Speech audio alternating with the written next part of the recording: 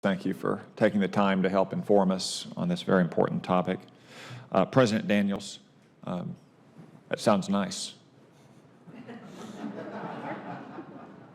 Many people wish they could have called you that years ago.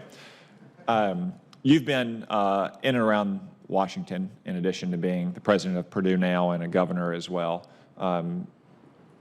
When we think about what's driving the student loan crisis, we've heard a lot of testimony today about the easy availability of debt financing that students may not appreciate the terms of repayment, or that may be driving the rate of tuition higher, according to the Bennett hypothesis. Some of that easy availability of debt financing is from relatively low interest rates that have been on student loans, in fact, capped by members of Congress. I mean, in your experience, do members of Congress and senators have the skill sets needed to determine what interest rates should be paid on student loans? Now, Senator, what kind of a loaded question is that? I admire the skill set of every member of Congress, as you know. My admiration is boundless. You know, I guess what you're asking is, can arbitrarily set interest rates, which therefore amount to subsidies, are they best determined arbitrarily or through some market system? And my answer would be the latter, and whatever they can be. And we've had a lot of good discussion this morning of the ways in which the current system of financing, everything you just mentioned, has contributed to distortions in the market and probably some misleading signals to students, and has certainly contributed very meaningfully to the run-up in costs, which is the root of all this problem.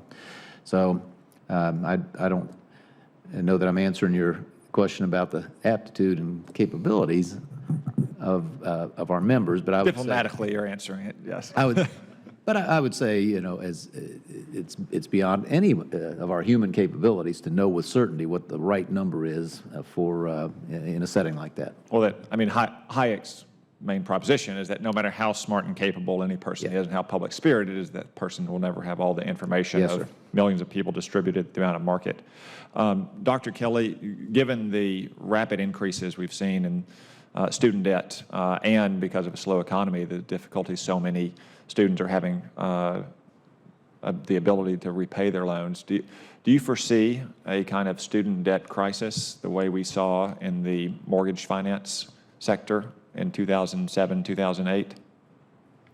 I don't. I think they're different, very different scenarios, and I think it's important to remember who is actually struggling the most with their debt. And it is not the people with the highest balances. The people with the highest balances tend to have gone to graduate school and have completed a bachelor's degree and then gone on to graduate school. They're doing very well. They have low rates of financial hardship most of the time. So, you know, I think the real crisis here is among people who tried to enroll in a program that was going to expand their economic opportunity, but without access to information about which program is the most valuable and which degrees were in growing fields. I think they often made poor decisions often through no fault of their own, frankly. There is downside risk to investing in higher education, and that's why we have created robust protections for student loan borrowers on the back end, like income-based repayment. I think we could change some of the terms of loan forgiveness to make them less perverse and potentially curb tuition inflation. But I think you know, allowing student loan borrowers to tie their payments to their income is a reasonable safeguard against such a crisis. Senator, if I could add, I don't think it's the same type of crisis. But we have some serious problems. We have 8 million Americans in default, which is going to threaten their ability to get on their feet economically. And I'm worried that we're acting way too slowly. One of the reasons we acted quickly in the last crisis is because it threatened the sustainability and livelihood of large financial institutions. And I don't think students have the same kind of political connections. So we need to make sure that we're thinking about the long game and not just the sanctity of a few. One alternate means of financing higher education that has been discussed here today is income sharing agreements, which you've piloted at Purdue. I was a sponsor of legislation last year in the House that would have set up a regulatory framework similar to what Congressman Young and Polis have done.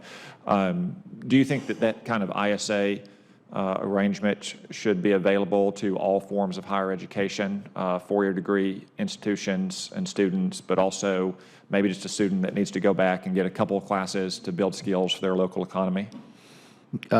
Instinctively, I'd say yes. Probably ought to walk before we run, and see if it works. We talked earlier about the fact that it might well start among the more secure or more promising borrowers, but I can see mechanisms, and we'd like to obviously see mechanisms where it was available more widely and possibly everywhere. Mm-hmm.